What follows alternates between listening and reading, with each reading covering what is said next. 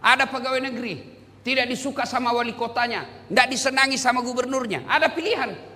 Ada pensiun dini. Berhenti jadi pegawai, lihat udah banyak kentu-kentu saya. Tidak ada urusan, dia bukan lagi bos kita. Iya toh? Bapak-bapak, ibu-ibu, suami kurang ajar, kasar, tidak mau ngasih nafkah. Ada pilihan. Ada. Pulangkan saja aku pada ibuku atau ayahku.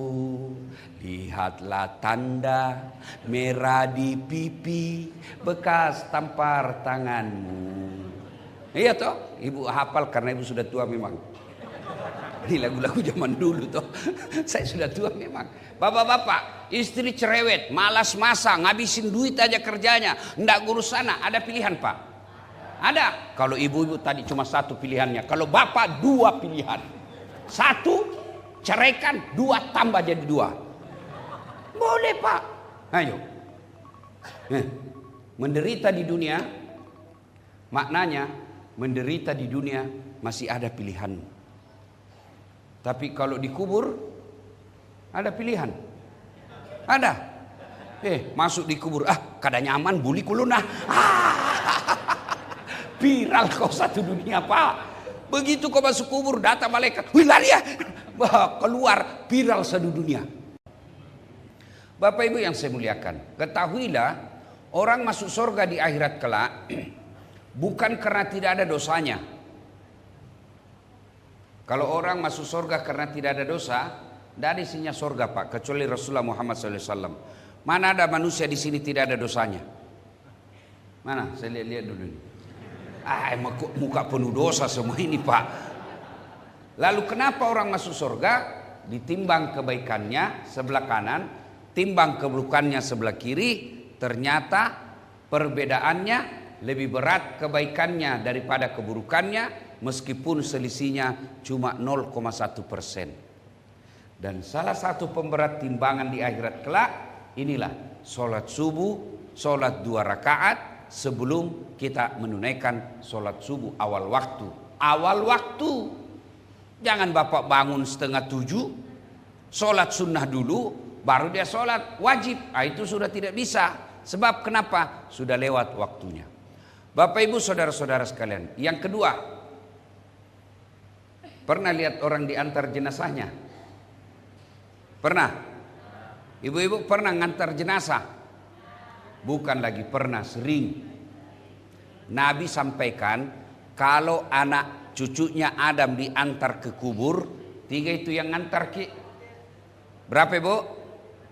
Berapa yang ngantar ibu? Kalau orang meninggal kata Nabi 3. Tapi kata Nabi 2 yang kembali, 1 yang temani kau di dalam. Apa gerangan? Yang pertama harta, yang kedua keluarga, yang ketiga amal. Tapi 2-nya kembali, 1 tinggal. Keluarga dulu, sanak saudara, anak, istri, famili, teman, ngantar semua. Ibu bapak masuk kubur, ada kira-kira mau masuk temani ki? Ada ibu? Suami tak ibu kira-kira mau? Jangankan dia masuk di kubur, duduk saja sampai subuh, tidak ada yang mau pak. Apalagi mau temani, tidak ada itu. Ibu-ibu, meskipun dia goda kita dulu, kita akan sehidup semati. Kemanapun kau pergi aku akan mengikutimu. Bale-bale kau. Begitu meninggal, ya kawin lagi. Selesai. Mata kanannya menangis, mata kirinya yang mana penggantinya ini. Itulah datang tetangga saya berkata, Ustadz, jelek betul itu tetangga saya. Jelek sekali sifatnya. Kenapa ibu? Dia bilang, masa itu Ustadz, belum lagi 3 bulan istrinya meninggal, masih basah kubur istrinya meninggal, dia kawin lagi. Jelek sekali sifatnya tetanggaku. Saya bilang, itu tetanggaku lebih hebat, masih hidup istrinya dia kawin.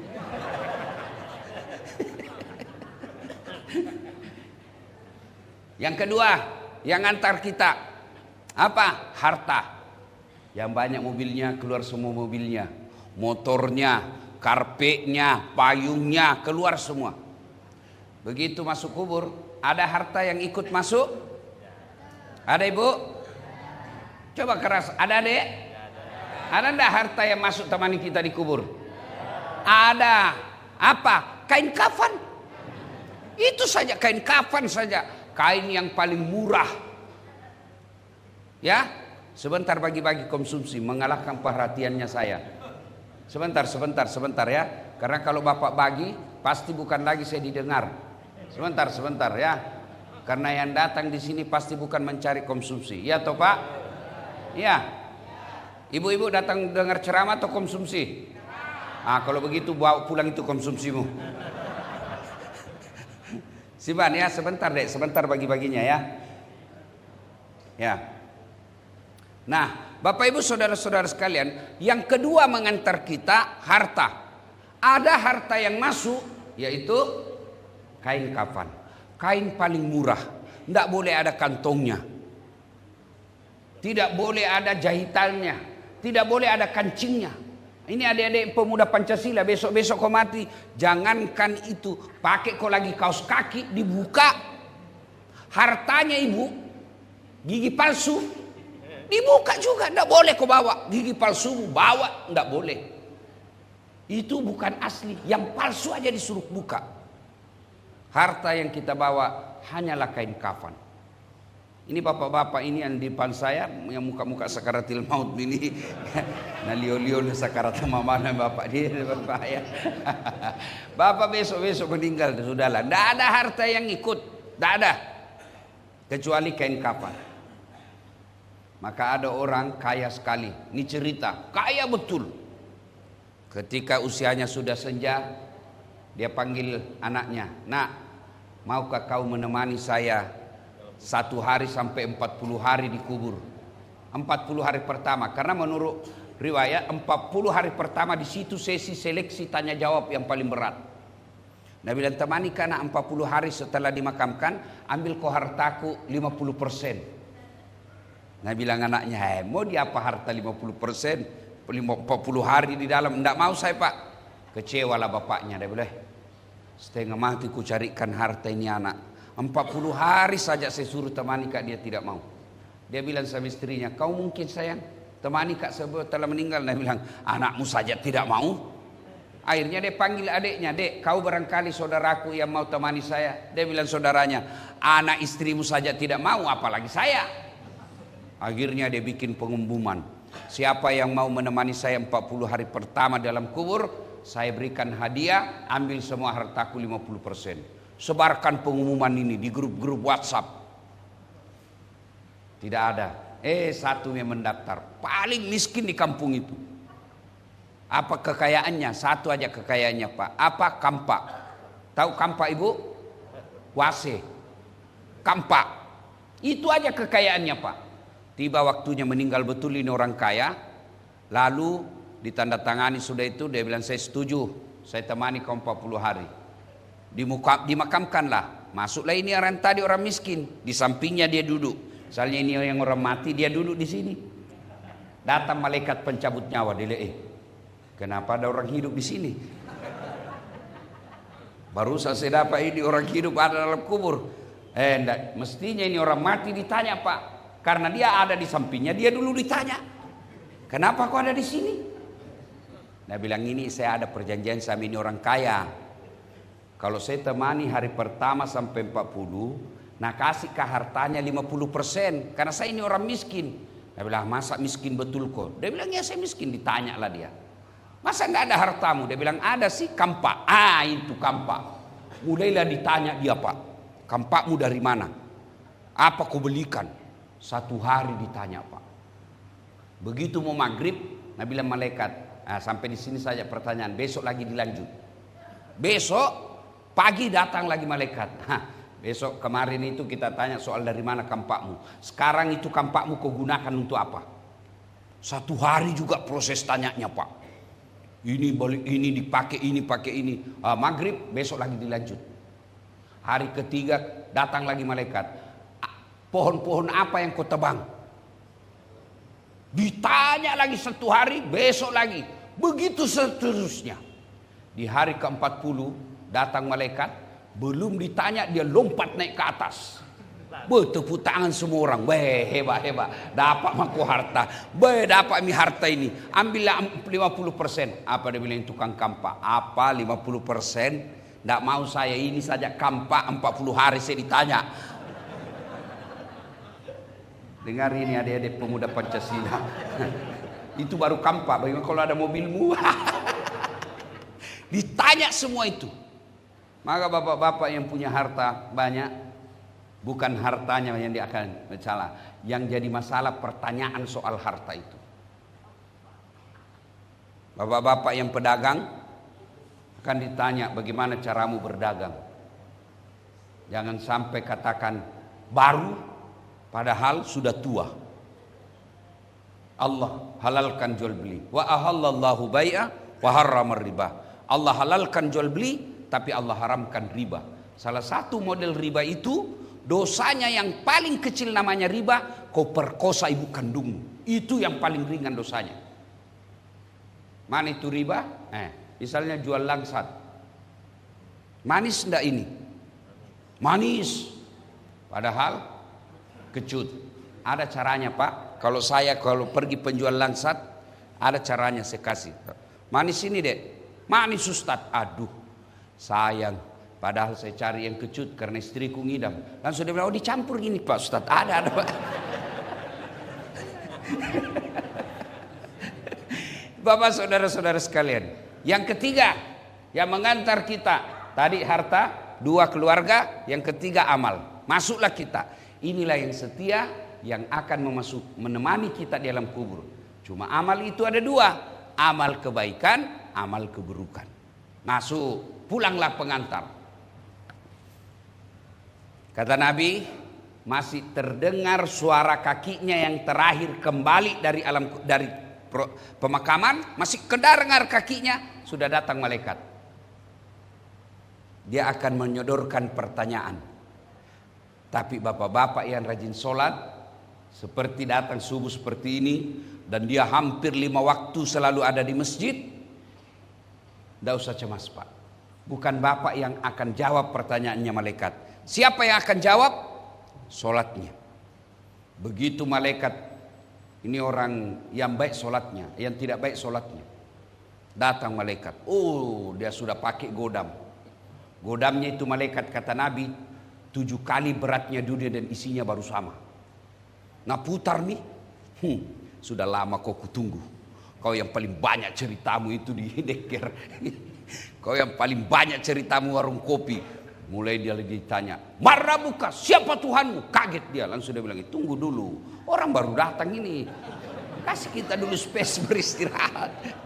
Ini orang tipe-tipe yang suka berdebat. Tipe-tipe orang suka debat. Biar malaikat mau dia debat. Ditanya lagi, marah buka, siapa Tuhanmu? Kaget, langsung dia bilang, ketuhanan yang Maha Esa. Langsung di blender. Ini kalau baik sholatnya, tidak baik sholatnya. Dan ketahuilah ketika selesai, datanglah seorang utusan. Ada utusan. Lalu orang ini yang dikubur ini kaget. Dan dia berkata, man anta? Siapa kamu? Dia bilang, sayalah sholatmu ini yang kau lalaikan waktu kau hidup. Untuk apa kau datang di sini? Allah perintahkan menyiksa kamu sampai hari kiamat. Yang menurut kitab Durratun Nasihin, ini adalah ular, ekornya cuma 1, kepalanya tidak bisa dihitung. Apa tugasnya? Dia lilit orang yang ada ini, yang tidak sholat, sampai hari kiamat. Nenek kita yang meninggal 50 tahun yang lalu, orang-orang yang dijajah zaman Belanda, zaman Jepang, 100 tahun yang lalu meninggal, sampai sekarang belum masuk surga. Sampai sekarang belum ada misinya neraka. Mereka menunggu di kubur. Kalau baik sholatnya, aman dia di kubur. Itu tadi yang tidak baik sholatnya. Tapi kalau beres sholatnya, begitu malaikat katakan, marrabuka, siapa Tuhanmu? Dia sholatnya berkata, dasat mundur kamu. Mundur. Saya yang jaga kamu sekarang.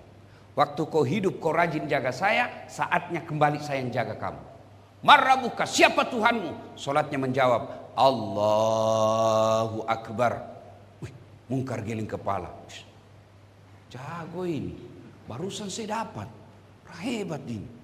Ditanya lagi, man nabiyuka? Siapa nabimu? Salatnya menjawab lagi, asyhadu an la ilaha illallah wa asyhadu anna Muhammadar Rasulullah. Malaikat mungkar makin muka. Luar biasa. Anak pasar baru ini. Akhirnya dia bilang nakir, mungkar, kir. Kau yang nakir. Nakir, kau yang maju. Kata malaikat nakir, saya kan cuma wakil, kau ajak menyerah, apalagi saya. Jadi bagaimana? Sudah kita naik lapor kepada Allah. Dia tidak lanjutkan pertanyaan 3, 4, 5. Dia naik merapor. Ya Allah, ada hambamu wafat, saya tanya marrabuka, dia jawab Allahu Akbar. Allah berfirman, oh itu orang baik solatnya. Karena dia baik solatnya, tidurkan seperti nikmatnya tidur pengantin baru. Masya Allah. Bapak-bapak masih ingat waktu pengantin baru? Masih ingat toh? Begitu enaknya itu pengantin baru, selalu kita mau ulang. Atau bapak sudah lupa? Maka saudara-saudara sekalian, inilah pentingnya kita pelihara solat. Kenapa? Dia adalah seleksi awal. Pemberkasan pertama yang akan diperiksa untuk mengikuti lanjutannya. Sistem gugur. Bapak kalau tes adik-adik tentara kan, ada yang mau mendaftar polisi, ada namanya sistem gugur. Begitu tahap pertama seleksi berkas. Berkas tidak lolos, biar fisikmu hebat, biar jago berenang, biar jago lari, biar jago menyelam. Tapi kalau berkasmu tidak memenuhi syarat, gugur. Begitu sholat.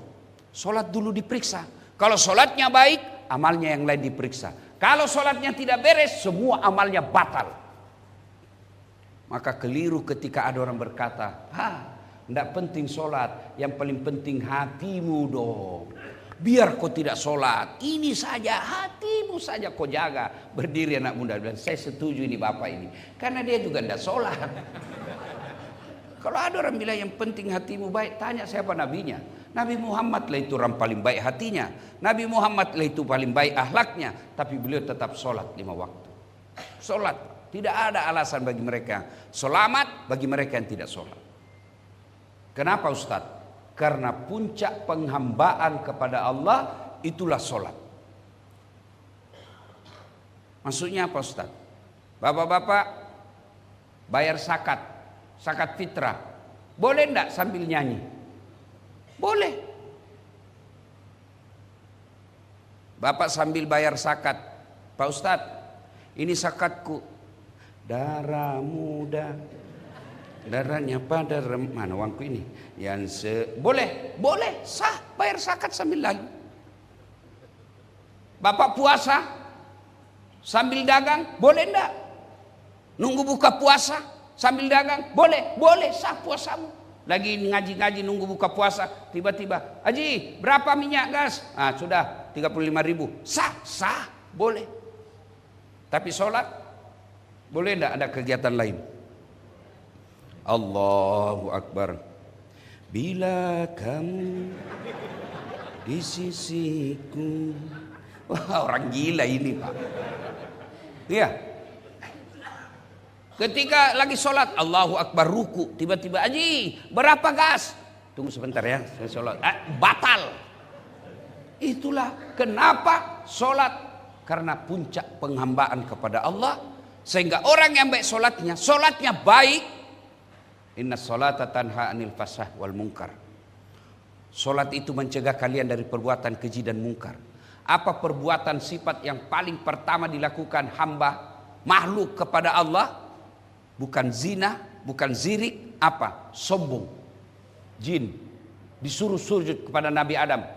Jin, sujud kau. Ini makhlukku paling mulia, Adam, manusia. Jin katakan, saya tidak mau. Kenapa? Dia anak baru kemarin. Dia diciptakan dari tanah. Saya dari api. Derajat saya lebih tinggi. Tidak mau jin sujud, sombong. Kata Allah, keluar kau dari surga. Ketika sholat jangan kau ada sombong. Itu makna sholat sujud. Adik-adik, anggota tubuhmu paling mulia apa? Bapak-bapak, anggota tubuh paling mulia apa? Kepala. Paling hina apa? Kaki. Maksudnya apa Ustaz? Kok bapak bercanda sama saya, dorong dada masih ketawa saya Pak. Dorong pantat saya masih senyum. Dorong kepalaku, kurang ajar kau. Iya toh, kenapa? Alena beliau. Yang terhormat ada di kepala. Yang hina apa? Kaki. Maksudnya apa Ustaz? Bapak kasih saya duit 5 juta, tapi pakai kaki. Ustaz, 5 juta ya? Saya bilang, biar miskin, jangan kau hina saya tikam kau.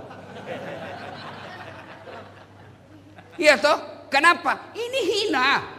Tapi ketika kau temu dengan Allah, kepalamu yang mulia ini, rendahkan sehina-hinanya seperti telapak kakimu. Itulah makna sujud. Jadi orang kalau baik sholatnya, dia tidak ada rasa sombongnya.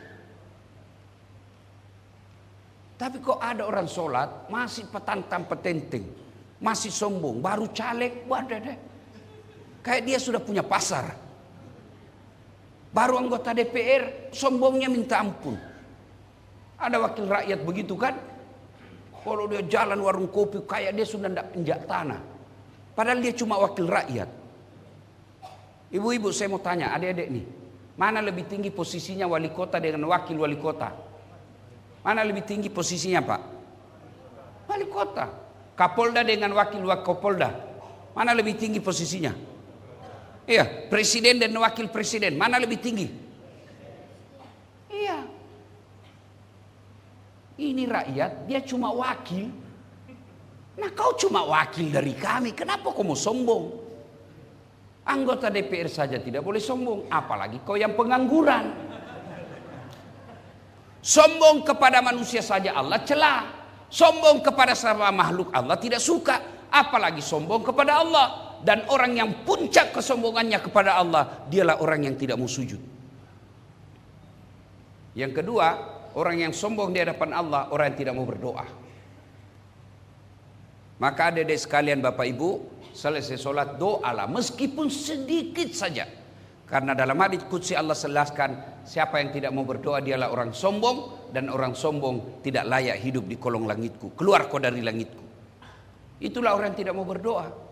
Dan berdoa itu Bapak tidak harus sama imam. Imam juga kalau berdoa kasih dengar jamaah dan baca doa yang umumnya orang hafal. Ada juga kita imam tidak tahu apa dia minta. Kita tidak dengar. Kita di belakang sangka baik saja, amin amin. Amin. Amin. Amin. Apa kau minta? Kasih dengar juga kita. Siapa tahu ini anak muda yang bujang minta doa. Namanya bujang dia minta, ya Allah. Dalam kecil itu, ya Allah berikanlah kami jodoh. Dia bilang bapak di belakang, amin. Istrinya juga di bapak bilang di belakang, amin. Itu artinya kau minta kepada Allah supaya suamimu kawin lagi. Maka berdoa, usahakan Pak Imam doanya, keraskan, dan tidak mesti bahasa Arab. Tidak mesti bahasa Arab. Boleh bahasa Bugis, boleh bahasa Banjar, boleh bahasa Jawa. Bahkan boleh tidak ada bahasa, pakai bahasa isyarat saja, boleh.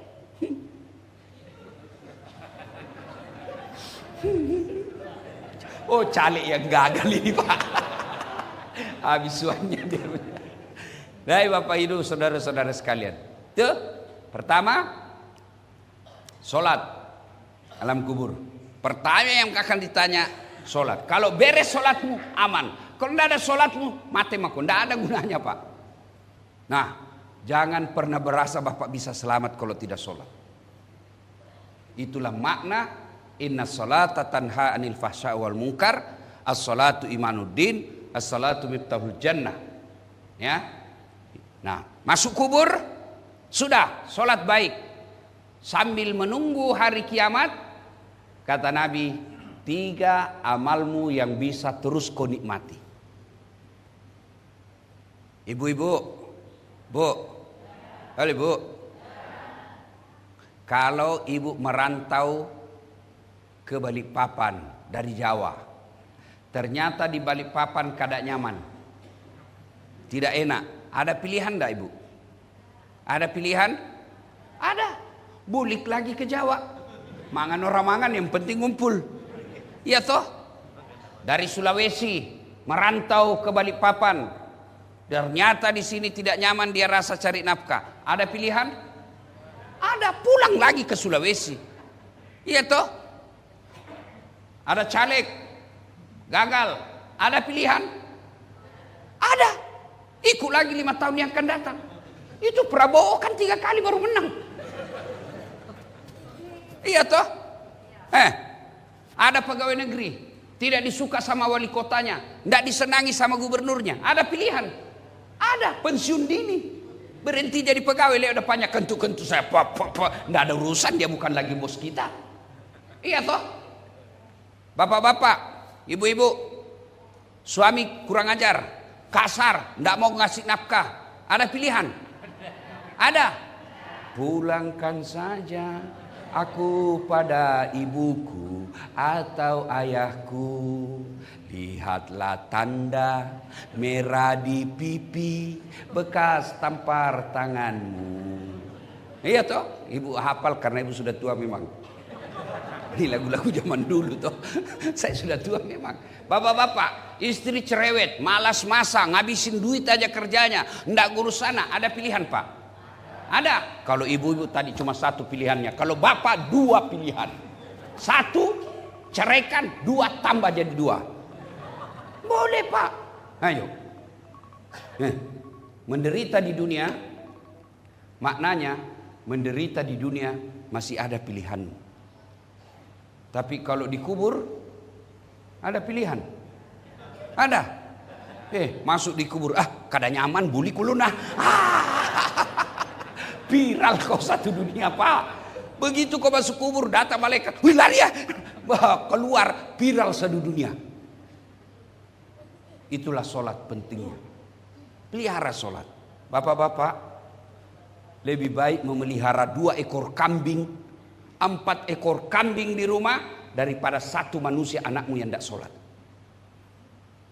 Saya ulang, lebih baik bapak memelihara 4 ekor kambing di rumah daripada 1 anakmu di rumahmu tidak pernah sholat. Itulah yang meruntuhkan agamamu di rumah. Kambing pak, kalau dia nakal, bau, jeruduk, suka ganggu, ada pilihannya pak. Kalau kambing, ada? Apa ibu? Jual. Jual nih, bawa di pasar, mengganggu saja ini. Sampai di pasar tidak ada yang beli, ada pilihan? Ada, potong. Iya toh, isi perutnya jadi coto, dagingnya jadi sate, kakinya sop kikil, ekornya sop buntut, pipinya sop pipi, lidahnya sop lidah, pelernya bakar obat kuat. Bagaimana Pak Ketua? Ketua dunia Melayu, dunia Islam. Itu dari Medan, jauhnya datang sholat subuh. Berapa banyak pahala beliau. Allahu Akbar. Ya, ayo bapak saudara-saudara sekalian. Ada pilihan. Kambing jual, nggak laku, potong. Makan sama-sama. Tapi kalau manusia anakmu di rumah, judi online, game online, belanja online, sholat online, tukang tipu, kuat makan, malas, kamu apain? Mau di apa? Apa? Mau apa? Jawab nih sekarang. Kau mau apa? Jual, siapa yang beli? Potong, siapa yang mau makan? Itulah makna lebih hina dari binatang. Maka sholat. Alhamdulillah, bapak-bapak kalau sudah rajin sholat seperti ini, tidak usah cemas. Insya Allah, Allah akan berikan keselamatan alam kubur. Nah, setelah itu, maka 3 yang menolong kita. 1, anak yang soleh dan soleha. Tidaklah dijelaskan oleh Nabi, anakmu yang jadi kepala dinas, anakmu yang jadi wali kota, anakmu yang jadi gubernur, anakmu yang dokter. Tidak, anak yang soleh dan soleha. Bapak-bapak yang saya hormati, anaknya bapak bisa tidak jadi tentara dan polisi, tidak pernah daftar akpol atau akmil? Bisa tidak jadi tentara? Tidak mungkin. Ibu-ibu, bisa tidak anak kita jadi anggota DPR tidak pernah caleg? Bisa tidak? Bisa, bawa sendiri kursi duduk di pekarangan. Jadi orang gila. Ya toh? Ya. Bisa tidak ibu-ibu anaknya, bapak-bapak? Bisa tidak anaknya bapak jadi dokter, tidak pernah kuliah fakultas kedokteran? Tidak mungkin toh. Bisa tidak anak kita jadi insinyur, tidak pernah kuliah di teknik? Tidak mungkin. Tapi bisa ndak anak bapak soleh dan soleha meskipun tidak jadi polisi dan tentara? Bisa. Bisa ndak anak kita jadi soleh dan soleha meskipun tidak dokter? Bisa. Lalu kenapa kita rasanya lebih senang anak kita jadi dokter, jadi tentara, polisi, jadi anggota DPR, dan tidak pernah risau meskipun dia tidak sholat? Tidak ada gunanya anakmu anggota DPR kalau dia tidak pernah sholat. Karena DPR-nya dia tidak akan bawa masukkan kubur. Tidak ada anakmu jadi dokter yang kau bayar sampai puluhan juta menyogok supaya lulus. Lalu anakmu itu dokter yang tidak pernah sholat. Meskipun anak kita pengangguran atau kerjanya cuma jual-jual sayur di pasar, tapi 5 waktunya lengkap di masjid. Itulah yang akan menolongmu nanti di kubur. Bapak Ibu, terutama kita yang sudah tua, mau tiap masa depan bapak dikubur, mau tahu masa depan bapak dikubur, lihat anakmu sekarang. Lihat anakmu sekarang. Kalau anakmu tidak pernah kau dapati pergi pengajian, anakmu tidak pernah kau lihat ke masjid berjamaah, bakal sengsaralah hidup kita di kubur nanti. Maka bapak-bapak yang punya anak, dorong anak ke masjid. Beliau juga ketua BKPRMI, ketua umum pemuda remaja masjid se-Indonesia. Adik-adik, ini yang ceramah sekarang tidak pernah mondok, tidak pernah sepesantren.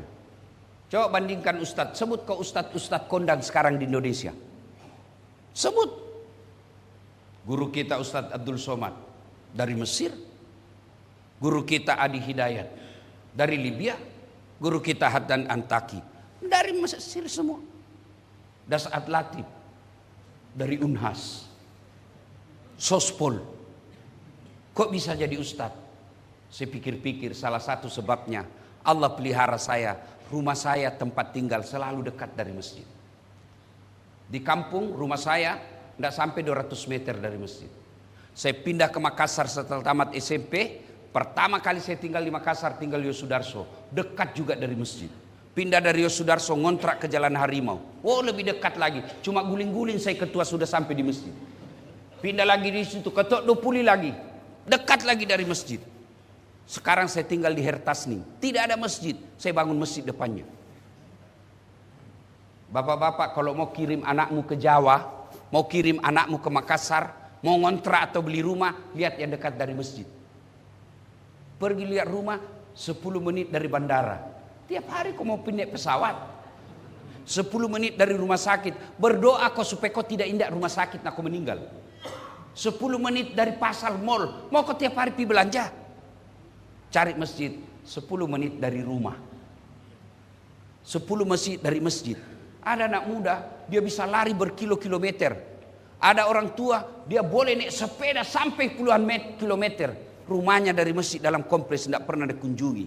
Kalau ada anakmu begitu, bakal sengsara lah kau di alam kubur. Anak yang soleh dan soleha. Yang kedua, yang bisa menolong kita di alam kubur, harta yang telah kita sedekahkan. Ibu-ibu, Bu, ini yang di depan-depan ini semua yang banyak emasnya. Ibu, ini yang banyak emasnya. Ibu, yang banyak emasnya. Ibu, yang banyak emasnya. Kalau ibu meninggal nanti siapa yang pakai itu emasmu, Bu? Anak, istri kedua. Kawin lagi tuh, kawin lagi suamimu. Begitu ibu meninggal, dah cabut satu-satu itu emasmu. Dikawin, cincin kawin kita, ibu. Cabut. Diambil lagi gelang ini dulu waktu kita ke Dubai, ibu. Cabut. Diambil lagi gelang ini dulu usia pernikahan kita. Saya belikan waktu kita pergi umroh, diambil. Semua diambil. 3 bulan kemudian dia kenal sama janda. Temannya semanya dulu. Diambil semua itu emasmu, baru dia bilang, ambil aja di cincin mantan istriku sudah mati. Daripada itu cincinmu, Bu, dia pakai janda. Lebih baik bawa ke masjid. Lebih baik cari penghafal Quran. Ustadz, saya tidak punya suami, tidak ada anakku. Apakah tidak ada yang doakan? Oh, kalau begitu Allah tidak maha penyayang. Allah tidak adil kalau begitu, karena kita tidak punya jodoh. Gimana caranya? Ibu bapak yang tidak punya anak, cari penghafal Quran, biayai hidupnya. Sama di hadapan Allah, anakmu sendiri meskipun bukan dari rahim istrimu. Cari penghafal Quran, datangi. Ada penghafal Quran? Ada. Oke, berapa biaya 1 bulan? Ini 600 1 bulan. Saya biayai 2 orang, tiap bulan saya kasih 1.200.000. Sama hukumnya penghafal Quran anak kita. Jangan kau juga terlalu pelit. Tidak ada orang suka itu orang pelit. Ada memang orang pelit, Pak. Masya Allah. Sudah selayaknya makan daging, kan kering aja terus dia cari. Dongo nah.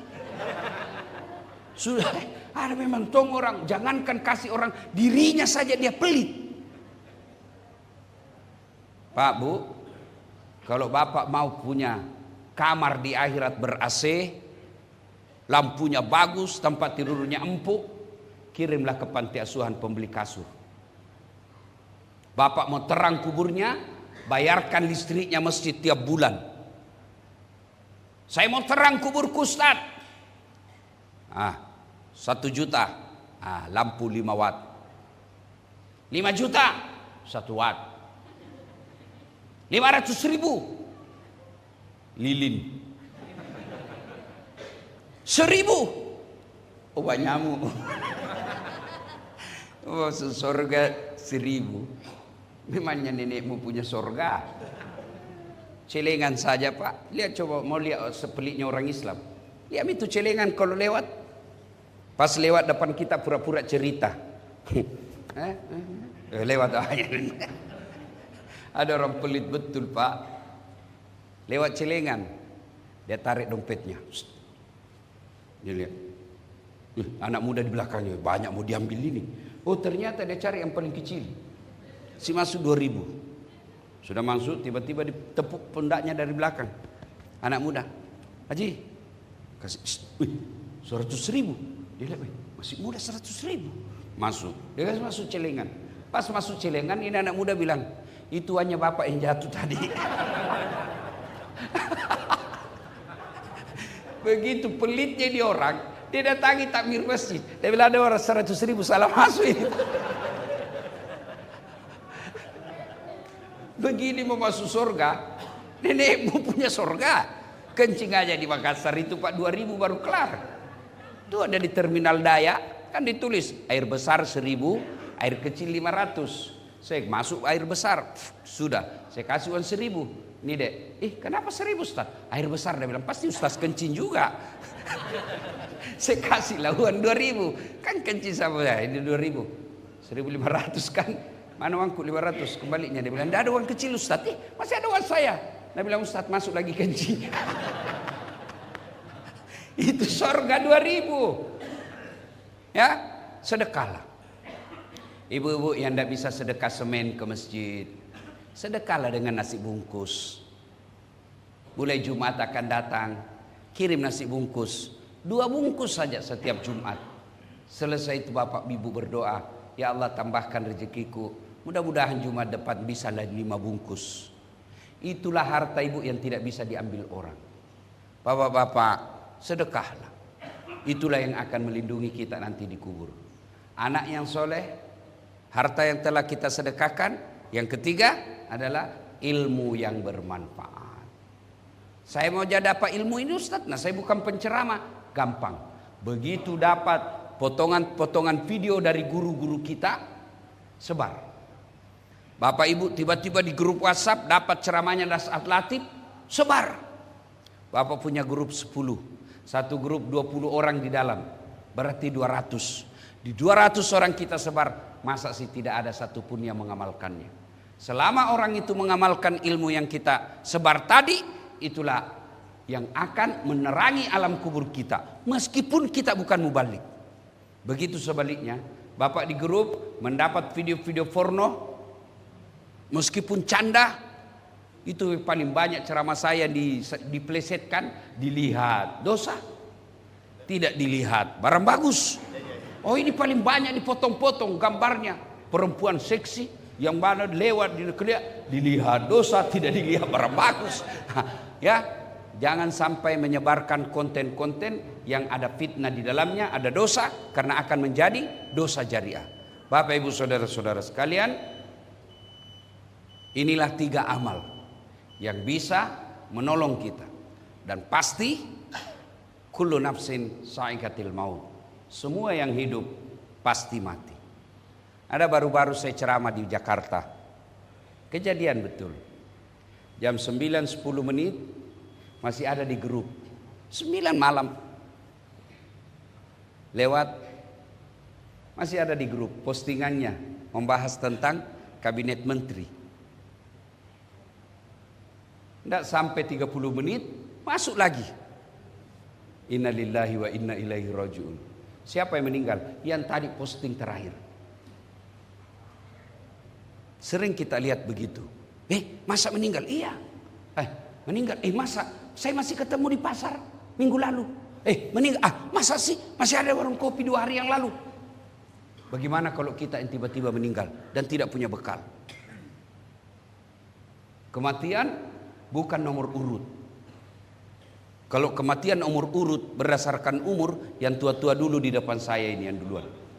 Tapi kematian nomor undian. Siapa yang naik siapku. Maka pelihara sholat adalah bukti konkret kita siap menghadapi kematian. Demikian, mudah-mudahan ada manfaat. Saya tidak tahu apa ada tanya jawab atau tidak. Kalau ada silakan, saya persilahkan. Tidak ada?